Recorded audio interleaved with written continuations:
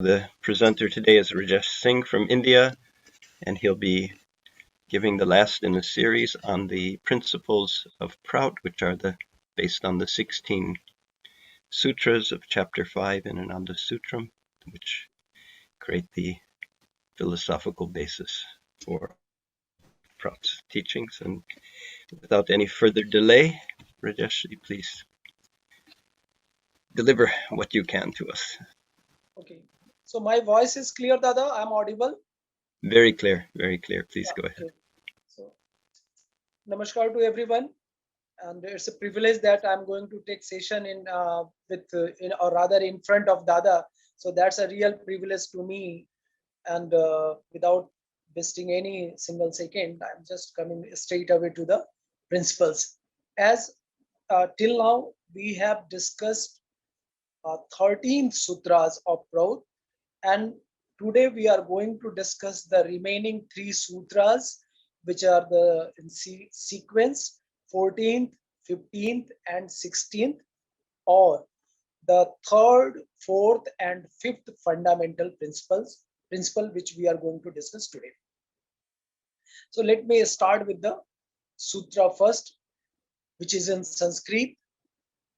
व्यष्टि समष्टि शारोर मांसाध्यात्मिक संभावनायाम चर्मोपयोगश्च. There should be maximum utilization of the physical, metaphysical, and spiritual potentialities of the unit and collective mind of collective body of human society.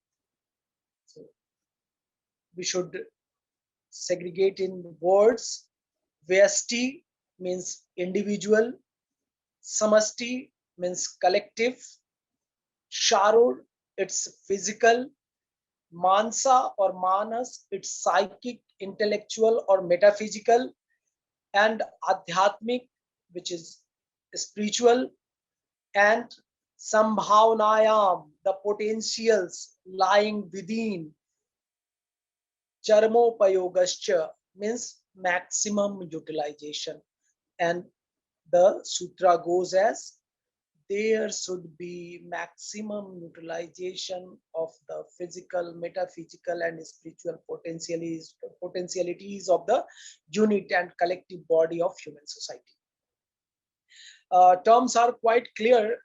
In the last session, when we were discussing the crude, subtle, and causal worlds, it was a bit not tougher, but comparatively, we are more familiar with the physical, metaphysical, and spiritual terminologies. So again, physical is individual energy or the individual strength. That is physical. Metaphysical is psychic or the intellectual capacity or the potentialities. Third one is the spiritual potentialities. I will come to it later on with some examples to make things more clear. And Vesti, that is unit, individuals physical strength, individuals metaphysical strength, or the individual's spiritual potentialities. And the collective, again, the collective physical strength, collective mental or psychic strength, and collective spiritual strength of the human society. So human society, again, unit Vesti is one individual, collective a group of people or a ethnic group, or in Prout's terminology, it may be Samaj, which comprises our collective unit. And human society, the entire human society is that which is one, that is human society. So it says the maximum utilization of physical, metaphysical, and spiritual potentiality. So physical potentiality is quite clear that it's the physical strength. What we can do from our physical body is the physical strength, that physical energy lies within. Intellectual or the metaphysical is the intellect part, which is subtler than the physical strength.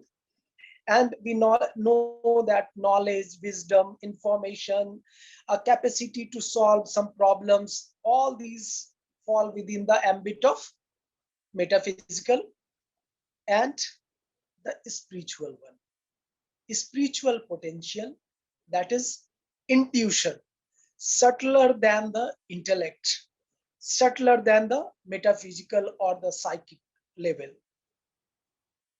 It's a bit difficult to define or convince people for the spiritual potentialities, but I think we all have heard, or somewhere we have some kind of certain belief that or heard the stories that a person was in problem, a person was suffering with some chronic disease, and someone, a guru, a master kind of person, or a spiritually elevated person who comes into the picture and he suddenly solves his or her problems or cures his or her disease. Again, it's a matter of trust. I'm not substantiating it to it, but in every mythology you will find that some kind of subtler potentialities has been widely discussed and has given ample emphasis on it, that this people are going benefited through this spiritual potentialities. In India we have a very popular story, and as I'm saying a story because it need to be authenticated or substantiated, but it must clear that what are the subtler spiritual potentialities are. Uh, there was a lady in a monarch's family. Her name was Meera. She was a staunch devotee of Lord Krishna, and her family was not happy with her strong devotion for Lord Krishna.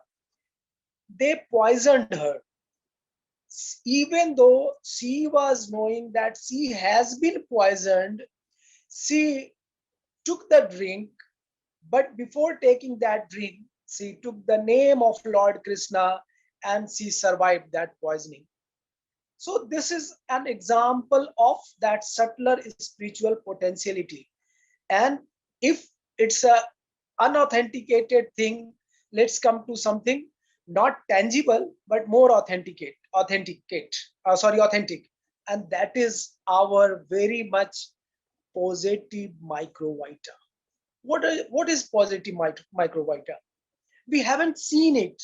We haven't seen it functioning how it functions. But we all, those who are attending this session, strongly believe that there are some kind of negative and positive microvita. And this positive microvita is nothing but surely and certainly is that spiritual potentiality. So why the maximum utilization of all these potentialities? As I said, physical, unit and collective both, metaphysical, unit and collective both, and spiritual potentialities, again, the unit and the individuals or the collective potentials combined together also. This maximum utilization for the sake of individuals' welfare and the collective welfare, for the individual progress and the collective progress. If we leave behind some people's welfare, we can't claim that the entire society, the 100% welfare has been done. So, individuals' welfare for the sake of collective welfare, and collective welfare for the sake of individuals' welfare. And as I said, why this maximum utilization? Maximum utilization for the sake of guarantee of the minimum or the fulfillment of the basic requirements, and surplus which should be distributed amongst the meritorious people. That's the reason that we have to go for the maximum utilization of physical, metaphysical, and spiritual potentialities.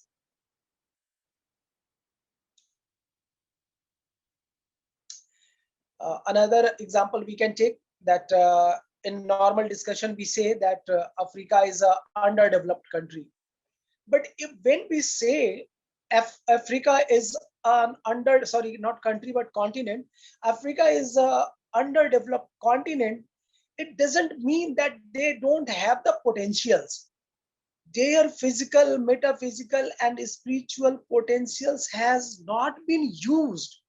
If their physical, metaphysical, and spiritual potentials utilized to the maximum level, up to the highest extent, definitely Africa, the continent, will also will be a continent of developed nations. So we have to maximize the utilization of these potentials.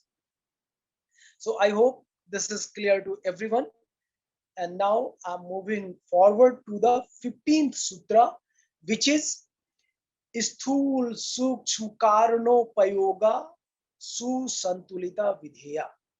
स्थूल, we have, when we were discussing the 13th sutra, is स्थूल सूक्ष्म कारणोपयोगा प्रकर्तव्य. स्थूल is crude, सूक्ष्म is subtle, or the स्थूल, crude or mundane, सूक्ष्म, subtle or the supramundane, and the spiritual potentiality karan. And there should be an proper adjustment again amongst these potentials. So this sutra goes by, the exact translation in English is, there should be proper adjustment amongst these physical, metaphysical, mundane, supramundane, and spiritual potentialities. As we have already discussed, the mundane, the 5 factors, the 5 fundamental factors; supramundane, the parapsychological potentials, the causal potentials, and this physical potentials, metaphysical potentials, and the spiritual potentials. And the sutra says that there should be a proper adjustment amongst the utilization of these potentialities. So again, let's take some examples to make things clear, or to make the sutra or the principle clear. Suppose someone is physically fit, he is capable of doing the hard labor. But again, if he is physically fit, he has potential to render the physical labor. We need not to misuse or exploit him with his service of physical labor. There must be a prama, there must be a balance, there must be certain kind of limitation of utilizing his potentials. We can't do that. We should take 24-hour service from him, and he should become ill. So we have to make some kind of balance. We have to make some kind of adjustment, or prama is the right Sanskrit word for that. So we have to maintain some kind of balance. In the case of doctors, or they are the representative of this subtler potential called psychic or the metaphysical. If someone is a good cardiologist, if someone is a good physician, or some other specialized doctor, we can't take his or her services for continuous 24 hours, 36 hours, or something like that. Suppose we have seen it during the corona period, when many people has got ill.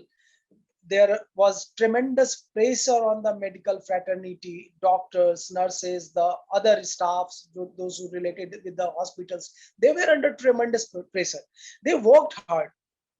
The last sutra says that we have to desh, kal, patra, time, space, and according to the time, space, and person, we have to make changes in our utilization. So that was a desperate time.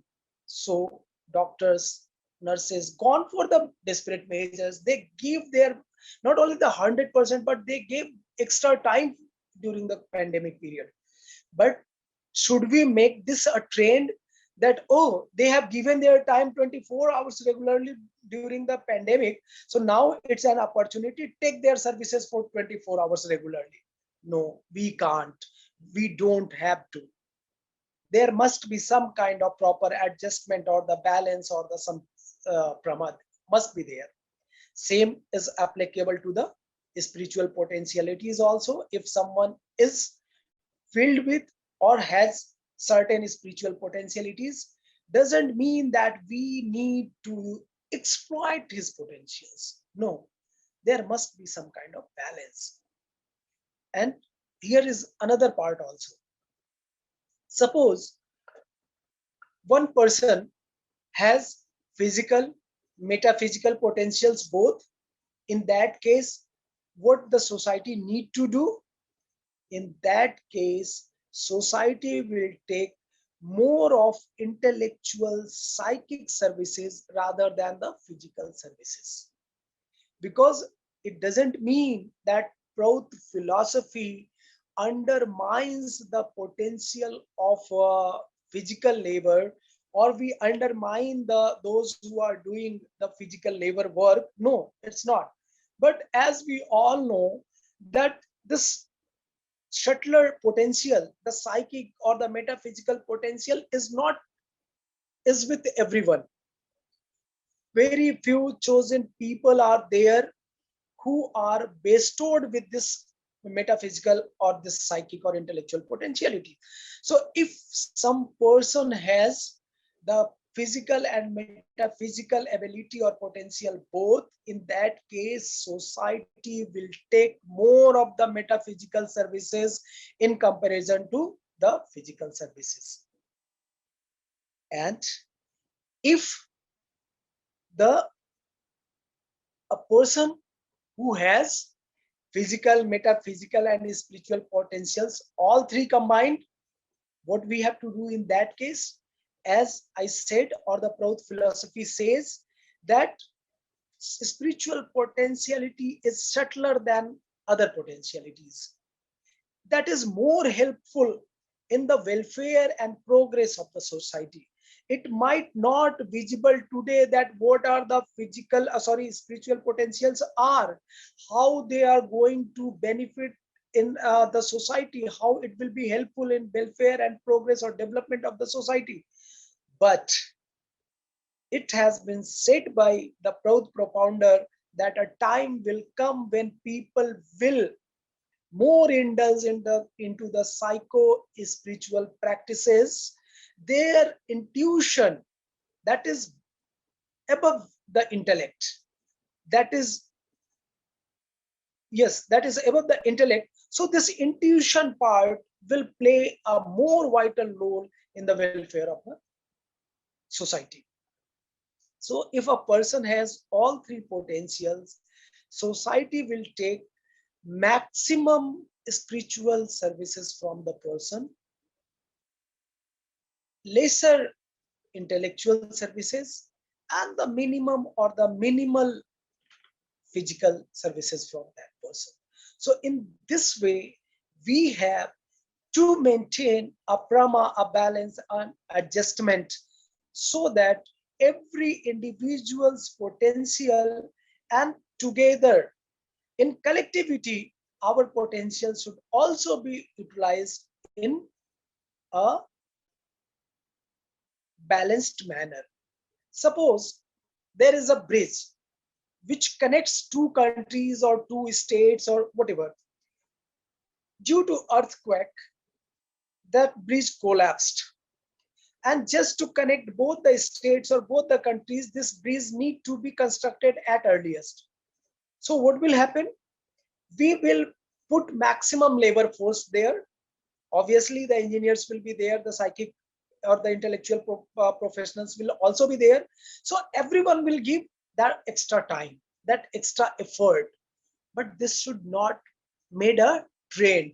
This should not be made a benchmark that, oh, you can do 24 hours, 36 hours service at that time, so you have to do this time as well. No, there should be a balance so that their services should be utilized for the welfare and development of the society. And here, what I missed in the first sutra, which I was discussing, that maximum utilization part, that every individual's potential, the general masses, hardly their 1% of potential has been utilized. And whom we think that they are the great personalities, they have a higher IQ level, even those people like Einstein or Newton or Archimedes or some scientist from India, whoever, like the Shakespeare, Rabindranath Tagore, all these people, hardly they have utilized their 10 to 15% of their potentials. So why Prout suggests for the maximum utilization? Reason being that their potential has not been utilized completely, and there is ample of opportunity to utilize their potential. And here comes into the picture this 15th sutra of the proper adjustment. Why they were not able to utilize their maximum potentials? Due to this vicious cycle of survival, due to this vicious cycle of existence, how to survive, this made their life more cumbersome. If we have provided them more comfort, if society was able to give them more comfort, and they don't need not to indulge into the petty daily compulsions or the issues of survival, they must have been able to give more time to the psychic potentials. They must have invented something more. They must have written something more classical to for the sake of the society. So that's the reason Prout says for the maximum utilization of the potentials. But as I said, if we are going to maximize the utilization of individual or in collectivity, ultimately it will be harmful to them. And if it is harmful to them, obviously it is going to hamper the society as well. So we have to maintain a proper adjustment amongst these potentials, utilization of these potentials rather. And now moving towards the this last one, final sutra 16th, or the fifth fundamental principle, which goes as देश काल पात्रे उपयोगा परिवर्तन्ते ते उपयोगा प्रगतिशीला भवेयु. देश, country, space, kal, its time, patra, person, individual, upyoga, utilization, parivartante, it changes, te upyoga, this utilization should be pragatishila bhaveyu, should be of progressive nature. So the entire sutra goes as the method of utilization should vary in accordance with the changes in time, space, and person, and the utilization should be of progressive nature. This is the last sutra. We all know that time, space, all these things are changing. Nothing is permanent. Even if I'm talking to you, we are interacting with each other, our lives 30 minutes has already been gone. So it's unchangeable. Oh, sorry, it's changeable. Every second, things are changing rapidly. So in given situation, in such a scenario, if anything becomes stagnant or doesn't adjust with the changing circumstances, there are sure chances of becoming that individual or the philosophy becoming obsolete. So we have to change according to time, space, and person, and which individual or the philosophy or the society changes according to the time, space, and person, that individual or the society or the philosophy is bound to thrive, flourish, and prosper. As I said, that everything is changing, and this is applicable to the human beings and the society as well, and this is applicable to the philosophies as well. Why communism has become obsolete? Other than its inherent contradictions, it doesn't adjust it with the changing time or the demand of the masses, what they call proletariat. So that's the reason they become obsolete. And we all know what is a thesis today. There must, in a time to contradict this thesis, a antithesis takes place, which leads towards the synthesis.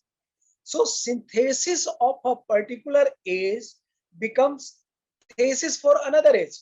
But if it doesn't adjust itself with the or changes itself with the demand of the time, space, and person, it is bound to become obsolete. And this very sutra or the principle says that things changes and we have to change in accordance with the time, space, and person. But we have always to remember that this change or the utilization should be of the progressive nature. This should not be regressive in nature. So when it's a progressive, definitely we are going to sustain for long. The philosophy will sustain for long. Here, when I'm talking about the adjustment, adjustment will take place in the side of application part. As there is a crisis between Russia and Ukraine. Why I am using the word crisis? Because United Nations has said in their resolution that it's a crisis. No one has said that Russia has invaded Ukraine. So I am using that terminology from the United States. United Nations. And unite as per the data available, Russia, America, Canada, France, and Ukraine, these are the five highest exporters of the wheat. Suppose for any reason wheat becomes unavailable, so what will happen? Definitely we will look forward for some another food grains for the sake of survival. We just can't think that, oh, after 60 days, 90 days, this invasion or war will be over and again we will eat only the wheat or the bread or the noodles or whatever the uh, products from the wheat.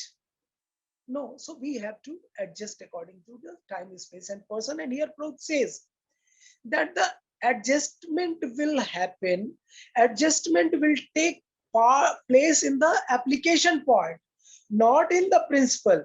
Application may change, but the principle will remain same. If ninth sutra says yugasya sarva nimna prayojanam sarvesham videyam, if we have to provide the minimum requirements of that particular age, we have to provide. We can't make changes in the principal part. We can simply make a changes in the or make an adjustment in the application part. That is very much clear. We should take some examples as I uh, took the name of United Nations.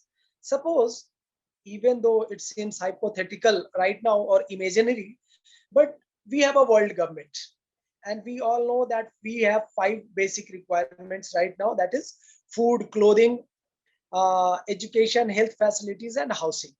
Suppose the world government decides that we will add one home appliances or an electrical equipment to this five basic requirements. And suppose they adds a geyser or a heater to these five basic requirements. So what will happen in that case? For the people, those who are living in Siberia, living in cold places, those who are living in cold countries where cold is predominant, what will happen? They will happy that they find a geyser or the heater from the government or the society. But what's about the Gulf? What about the nations in the Africa? What are the neighboring countries of Sahara Desert? Again, in India, we have so many desert places of hot places. So this geyser and or this heater has no utility value for the people, those who are living in the hot places. So here we have to be practical with the time, space, and persons. What are the requirements? So the people, those who are living in the cold places, geyser or heater should be provided to them, or those who are living in the hot places, air conditioned refrigerators, these kind of things will be provided to them. So this is the progressive nature of the utilization. Another example, we are connected with each other with the mobile phone through the internet facility, and what we are doing, sitting in different countries, rather different continents, we are connected to each other. This is a progressive utilization of the science. We are not simply wasting our time on watching YouTube videos, we are surfing Facebook and this other social sites. No, we are not wasting our time, but we are utilizing maximum utilization of our potentials time in a progressive nature. So this sutra says that we have to be to keep ourselves changing, to keep ourselves upgrading, to keep ourselves accommodative according to the changes in the time, space, and person. And if we are not changing ourselves, definitely individual, society, or the philosophy is bound to become obsolete. And I would like to conclude this session or this series with the quotation related to Prout, that is, the social system that will come into being, keeping parallelism and harmony with time, space, and person, will be called progressive socialism. Prout is that very progressive socialism. And this is the concluding words from my part for today. And if there are any questions, as we did in the previous series sessions, I will love to take the questions from you. So thank you again, Rajeshji. And yes, as he has said now, if there's any questions, comments, discussion points, anyone would like, please unmute yourselves. And also it'd be nice if you turn on your camera. Sharda Di and Uttama Di was the main question seekers. So they are unavailable. Sharda Didi has probably not joined and Didi has left just now. She asked us, she messaged us earlier that she might not be able to make it today, or she would be late because of an appointment with her child. But again, many more members are there, so we can, they are welcome for their questions.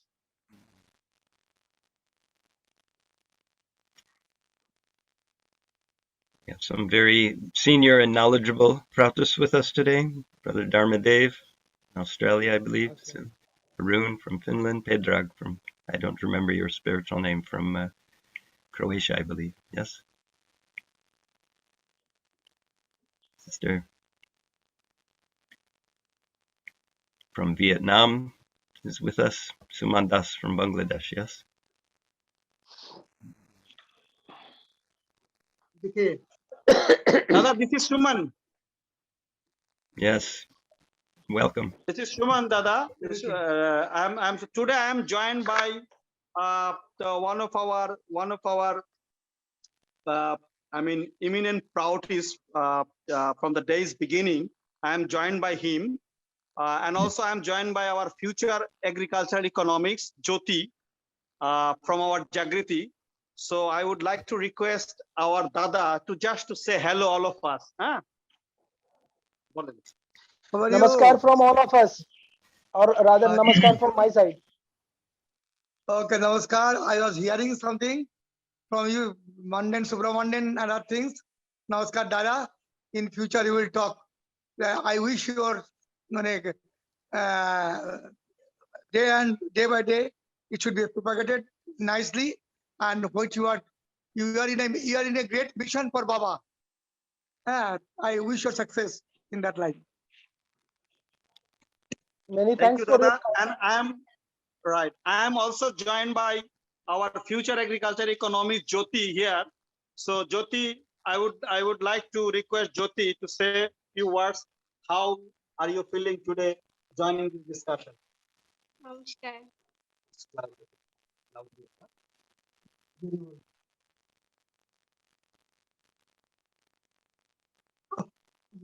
Yeah, namaskar.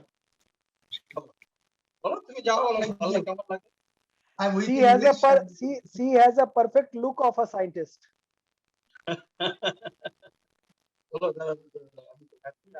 am very happy, and next class I will join. Always welcome. Namaskar. Okay, Dada, she's doing her undergraduate on agricultural economics, and also she is devotee Ananda Margi, local Ananda Margi. So I am just working with her so that she is regular to part of that, to part of this discussion. Conclude on this happy note. I found it highly relevant that you mentioned internet connectivity as a recommended or potential add-on to the list of minimum requirements that can be added on and newly defined. I wonder if anyone else, if you, Rajeshti, or anyone else has another recommendation, something else that could be added to the list of what society could consider today and going forward as a minimum necessity or requirement. Dharmadev, I see you've unmuted yourself. Yeah, internet is like a whole lot of things. Internet is servers, cables, satellites, routers, etc.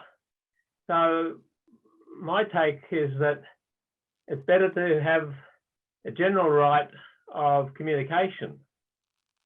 We have kind of human rights about expression and free speech, etc.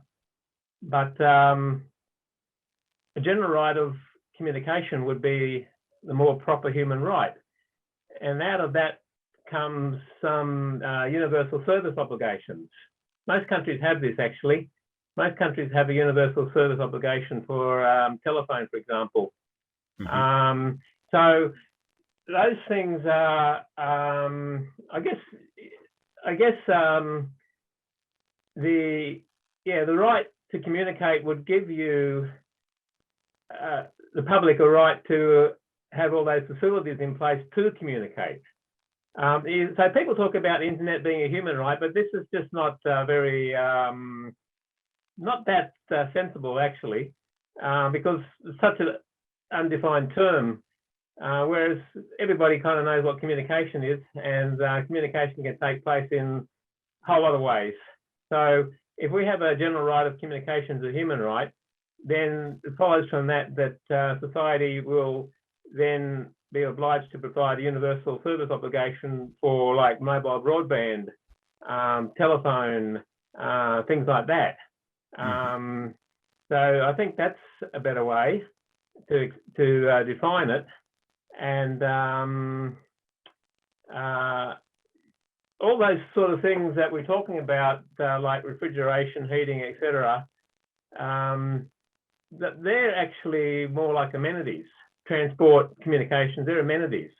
So I think the way to approach it is that you increase the minimum amenities to maximum amenities. Mm-hmm. So that means, like, in the old days, the minimum amenity, or the maximum amenity was really for communications was the telephone, but now it's like the minimum amenity, and you got to go right up higher to mobile phones, satellites, and that sort of thing. So access to all those extra technologies would be increasing people's amenities. And I guess you could argue that the mobile phone, is the mobile phone a minimum necessity? In many ways it is, actually, because you do so many things with it every day. So you can look at it from the device point of view. Particular devices like mobile phone might be a minimum necessity, but then you've got to have the infrastructure to support it. You've got to have the base stations, you've got to have the frequencies, all those sort of things. So, you know, it's a bit more complicated questions than just saying that the internet is a minimum necessity. There may be certain parts of it that are, for sure, like mobile phones, even a computer, I suppose. A computer, I think, is probably, well, it's certainly an amenity that everybody should have. So, you know, I don't think the concepts are entirely clear, but that's kind of where I'm coming from. Totally agree. And yes, framing it as communication is clear. And in reality, at least my experience, many years in Africa, and I think it's all over the world now. I can't imagine anywhere on the planet right now that doesn't really have mobile connectivity. There's whole villages in parts of Africa where perhaps only a handful of mobile phones is everybody's lifeline to the outside world. Yeah, there's still a couple of billion people that don't even use the internet, actually. And now, you know, that's not out of choice. That's kind of out of being denied the facilities to actually access it. So there's programs put in place to bring up that capability, that capacity. Like the International Telecommunication Union does a lot of that. The countries then have to follow the you know, the international standards to reach it. And there are definitely some countries in Africa that would need capability building, you know, through international assistance even to get up to scratch. So, you know, people can say maybe they don't need the internet, but in reality, or a mobile phone, but in reality, you know, you probably could live that way, but you know, most people these days would find it probably pretty difficult, actually. I think it's an interesting historical precedent. You know, when the discourses on Prout and the theory as we've been given it mention about this continuous adjustment and opening to changes in application, and that P.R. Sarkar himself added in the late 80s this concept, exactly what you're speaking about, Dharamdev, of bringing in this aspect of maximum amenities. Was any and in that context he mentioned it's a newly added feature of Prout. So it's a perfect. Well, it makes sense because you can't provide everything to everybody at once, and you know, certain technologies develop and are expensive at the start, but then they get cheaper.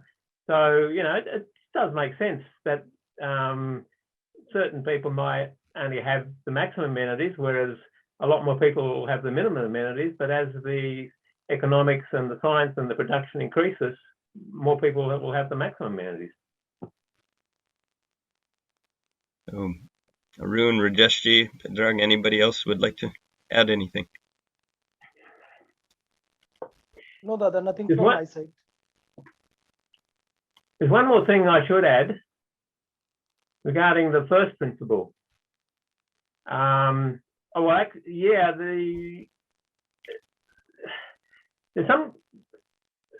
a bit of confusion about intellectual property, actually. Intellectual property is actually physical property, because intellectual property is not intellectual. Like, it doesn't come from your, it's created from your mind, that you create an idea and you put it into practice. But the actual intellectual property rights that you have, all of them, whether they're patents, copyright, whatever, design rights, etc., they're all expressed as being rights to produce something in the physical sphere. And they're not much use if you don't do that anyway. So when we're talking about accumulation of excessive wealth and regulation of wealth, intellectual property actually does come within that principle of society has the right to deal with you know, the accumulation of wealth. Because once you have a legal right, you have some kind of wealth. But I'm just saying, you know, to avoid confusion, I've looked at every single international treaty on intellectual property, and they all define intellectual property basically as the right of production in the physical sphere. Hmm. Interesting point.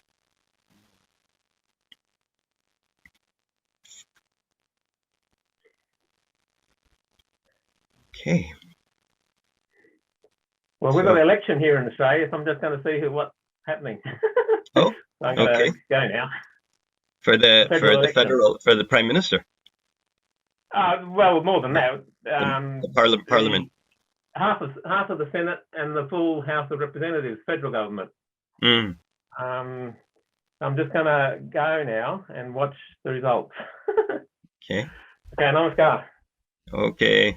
Namaskar, everyone. Nice to see you again, Dharmadev. It's been a long time.